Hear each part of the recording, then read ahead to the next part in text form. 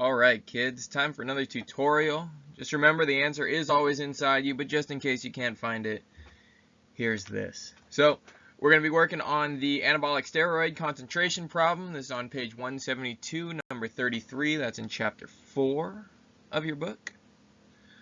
So let's get on it. Now to do this, we're going to take our same path as we have been doing. The goal here is to get these steps ingrained so that you don't have to memorize a bunch of different methods for solving problems. So first step there is to read and understand the background information. Next up, we're identifying what the problem is asking you to find. Third, we're writing out our given information. Fourth, we're writing out and balancing a chemical reaction. And fifth, we're going to use our stoichiometry to get from our given information to our final answer. Now, for this problem, we don't have to write a chemical reaction because it's all dealing with a single chemical. So let's get to that background information. All right. So standard solution is prepared for the analysis of fluoxymesterone, Ch.4. Now they don't give this to you, but this is a picture of what that looks like. Basically what we're looking at here is every corner is a carbon atom. We've got double bonds, single bonds, double bond. These wedges here and these hashes here are also single bonds. And you have a bunch of hydrogens that are not shown on this picture. This is an organic chemistry method of drawing compounds. This is much smaller than it would be drawing a whole Lewis dot structure, but that's what it looks like. Now, fluoxymesterone, another name for that is halotestin. And what this is a anabolic steroid. And what anabolic steroids are synthetic or man-made testosterone. Now, this is used to treat low testosterone in males. So for things like if you're hitting puberty too late, or if you have a bunch of other problems that come along with growing old as a male. It can also be used to treat breast cancer in females. Aside from this, a lot of anabolic steroids that are passed around in guys' locker rooms. Another reason why you should not get health advice in the men's locker room, no matter which men's locker room it is. So, moving forward, what they have to do with this is it's synthesized, it's man-made, and after you make anything, because we can't see the actual molecules themselves, we have to run an analysis. And so this is preparing a solution to run through some kind of analysis. So now to identify what they're asking us to find.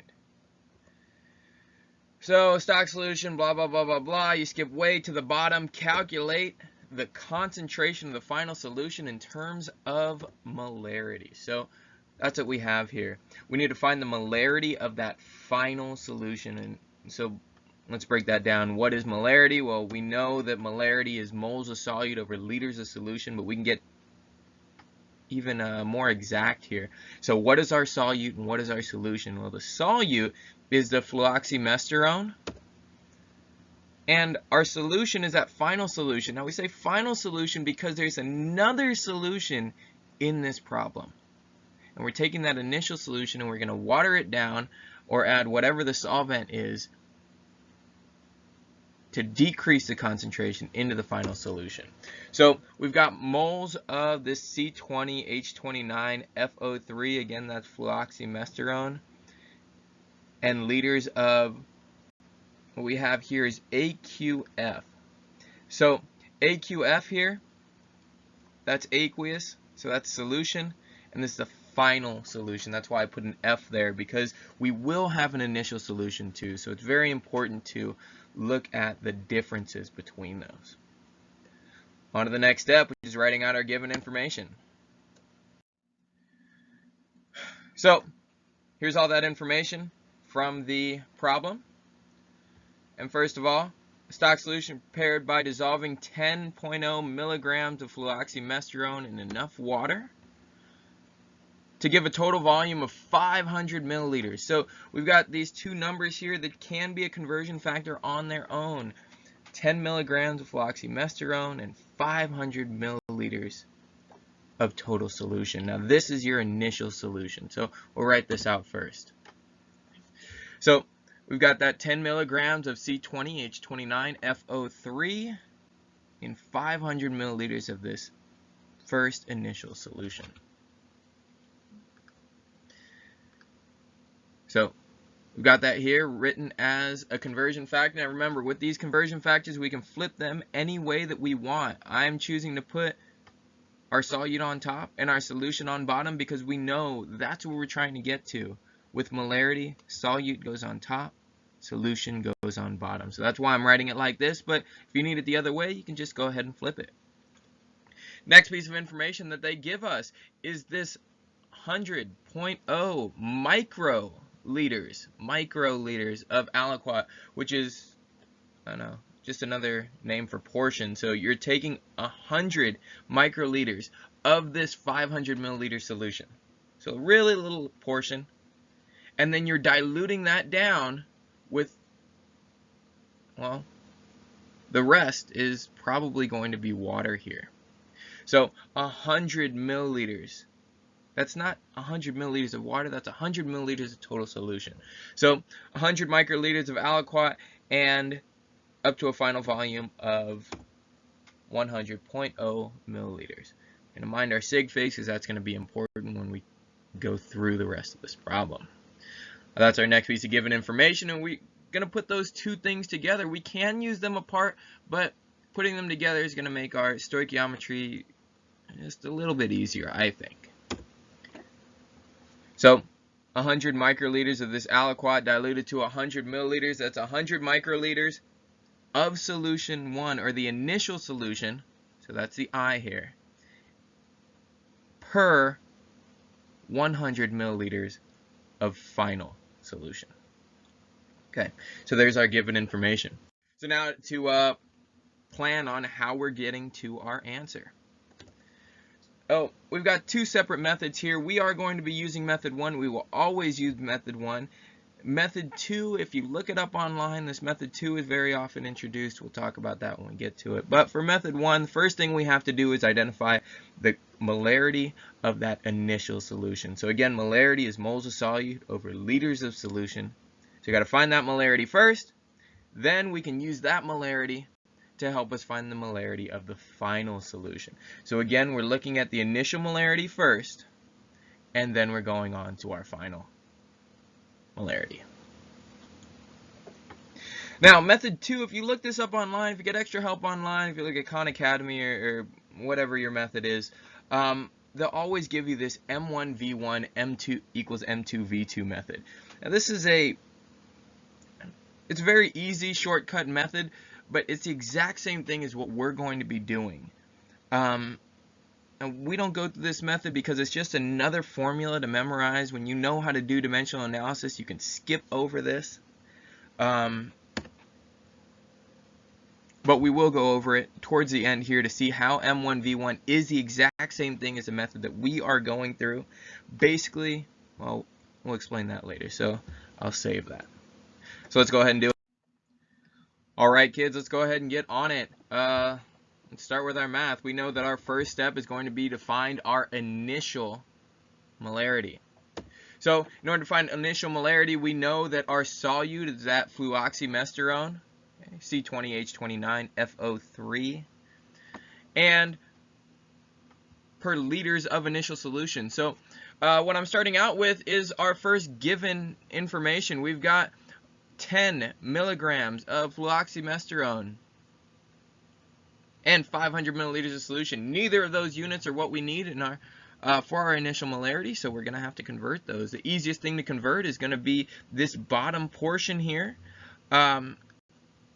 milliliters. Molarity is not in milliliters, it's in liters. So let's go ahead and just use our first step to convert from milliliters of initial solution into liters. King Henry died on drinking chocolate milk, or however you want to memorize that. Moving the decimal place over 3, or there's 3 zeros, however. But 1 liter, there's 1,000 milliliters. And so milliliters here cancel, leaving liters of initial solution on bottom. Great. Good step in the right direction. But On top, we still have milligrams. We got liters on bottom, but milligrams on top. We've got to somehow convert milligrams into moles of this fluoxymesterone. We can't go from milligrams directly to moles. What we can do is go from grams to moles and milligrams into grams. So again, it's one of those conversions, 1,000 milligrams, milli means 1,000. 1,000 milligrams in 1 gram. And I have gone ahead and labeled this with your molecule, fluoxymesterone, for both of these. Milligrams cancel, leaving grams on top. Again, that's still not the correct unit that we're looking for our initial molarity, but it's a step in the right direction because from grams, we can convert into moles using our molar mass. And of course, our molar mass comes from the periodic table. 20 carbons at 12.01, 29 hydrogens at 1.01 each. Fluorine is 19.00, and oxygen is 16.00 each. So you add all that up, you get 336.49 grams per mole. So grams and grams cancel, leaving moles on top and liters of initial solution on bottom. That gives us the molarity of our initial solution. That's what we set out to find. But that's not our final answer. That's not what they're asking us to find. We're not trying to find the molarity of our initial solution. Instead, we're going to the molarity of the final solution. So what do we do with our initial solution? Well, they told us earlier that we are taking 100 microliters of initial solution and diluting it down into 100 milliliters. And that 100 milliliters now is going to be our final solution. So that's our next step. Looking at these units, microliters of initial and milliliters of final, these don't cancel with each other because it's initial and final. Also, it's micro versus milli. But neither do they cancel with anything that we've left up here, moles, liters, microliters, milliliters. So nothing has canceled here. But we need them to cancel. Now, what units do we want to keep until the very end? Well, we know that we're looking for our final molarity. And final molarity, that's moles of fluoxymesterone, which is already on top here. So we want to make sure that we keep that. Everything else we want to cancel, though. On bottom, we're going to have liters of final solution. Well, we've got milliliters of final solution here, but these initial solutions, we've got to cancel those out before we get to the end. So let's go ahead and do that first. We've got microliters here and liters here. We've got to convert one into the other. So we're going to go ahead and convert these microliters into liters. Now, the conversion from microliters into liters, King Henry died on drinking chocolate milk, is not going to help you with this. You got to just kind of know that micro means 10 to the 6th. So 10 to the 6th, a lot of times the way they'll show this, if you look up the conversion, is micro is 10 to the negative 6 of your base unit. So a microliter is 10 to the negative 6 liters. But I like dealing, well, not in decimals. So it's just 1,000,000 microliters in 1 liter. 1,000,000 microliters, yeah, that's right. So microliters here cancel, leaving liters of initial solution on top here. But we also have liters of initial solution on bottom here, so those two can cancel, leaving milliliters of final solution on bottom. And on top, we still have our moles of fluoxymesterone, which we're keeping. But on bottom, we don't need milliliters, we need liters. So that's a pretty easy conversion, going from milliliters into liters. 1,000 milliliters in 1 liter. Final aqueous solutions here. So we know that milliliters here and milliliters here are going to cancel. That leaves us with moles of fluoxymesterone on top and liters on bottom. This is our final molarity. So plugging that into your calculator then, our units cancel, but some of our numbers cancel also. We've got 1,000 and 1,000 here. Those are going to cancel. 100 and 100 here. Those are going to cancel. And everything else we just plug directly into our calculator. 10 divided by 500. Those cancel. Divided by 336.49. These two cancel. Divided by 1,000,000. Multiplied by 1,000. No parentheses needed. Plug that into your calculator and you get 5.94 times 10 to the negative 8 molarity of this fluoxymesterone in your final aqueous solution. There we go. There's our answer. So let's go ahead and look at the other method now. The other method that you'll very often see online. Same as this one. We will go over that. Let's take a look. Method 2, that other method, that's M1V1 equals M2V2. So what are these? M1, that's going to be our initial molarity. V1 is our initial volume, so sometimes they put MI, VI, same thing. Initial molarity, initial volume. M2 then is our final molarity, and V2 is our final volume. Now, this method is specifically used to make solutions. So you take a certain amount, so that's a volume of initial solution, which has an initial concentration. You water it down, or you concentrate it, either way, into a new volume. And if you have 3 of these factors, you can always find the 4th using simple, or I guess just algebra. So we're going to look at this method and look at the math that we already did before, because we actually use this method without having to go through and use it. And when you use this method, units cancel just like we have been. But the thing is, molarity is always going to be in the same units. Moles of solute. The solute has to be the same over liters of solution. So those will cancel. Molarity cancels. And your volumes, as long as your volumes are in the same unit, they're going to cancel also. So this method can be used with your dimensional analysis. Your units cancel, and you're all going to be good. But again, we did this method. So let's look at this method with the math that we already did. Alrighty, so here's our math from before. We're going to take a look and see how that M1V1 equals M2V2 method is the exact same as what we did here. It takes the exact amount of math that we already did. It's not any easier, although it looks easier. The reason we don't do that in class, or one of the reasons we don't do that in class, is to save you guys from having to memorize another formula. Because in my opinion, it's better to just understand why that works. So this M1V1 equals M2V2. I'm going to go ahead and highlight all your parts here. You're welcome. So all our math here, starting in the same place, 10 milligrams of fluoxymesterone per 500 milliliters of that initial solution. We already went over this first part highlighted in blue. That is our initial molarity. So whatever comes out of this equation right here, moles per liters of initial solution, that's our initial molarity. That gets plugged in right here. So moles per liter, that's our initial molarity. That gets plugged in right here for M1. Our initial volume is right here in yellow, 100 microliters of initial solution. It's right here.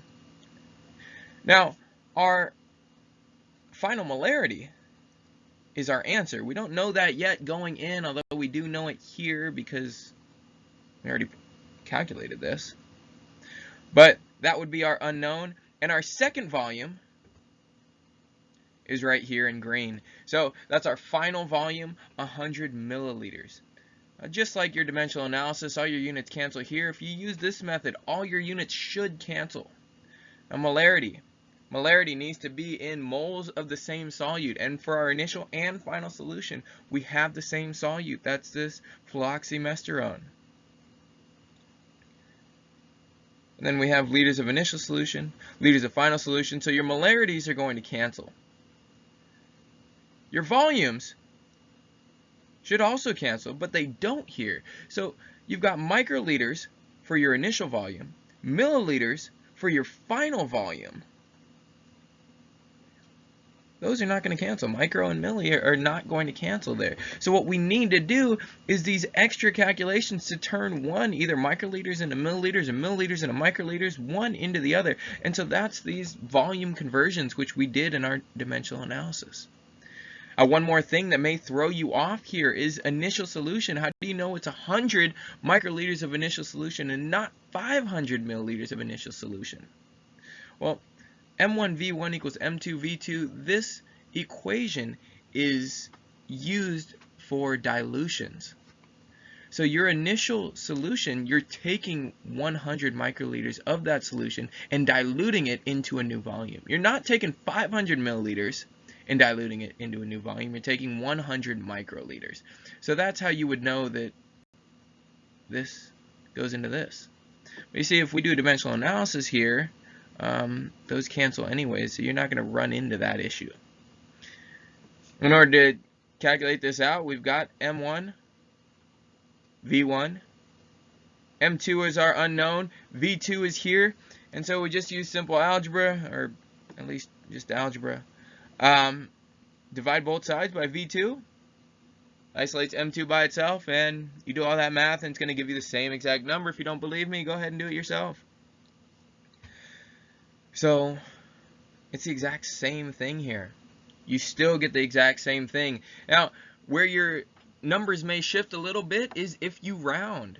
So taking all of this in blue, plugging it into your calculator, rounding whatever comes out to plug into here, doing your volume conversions, rounding whatever comes out of your calculator and putting it into these new volumes, that's going to make this number slightly off. And it's going to make it slightly more inaccurate than if you just plugged all of this in at the same time. So there's another reason why we don't use this M1 V1 equals M2 V2. So that's the other method that you are going to see online. It's not really any easier, but because it is out there, I wanted to go over it. So I told you guys the answer was inside you the whole time. Amazing, right? Try this one on your own. See if you can do it. Hopefully this helps with those other molarity problems also. Believe in yourselves, kids. I do.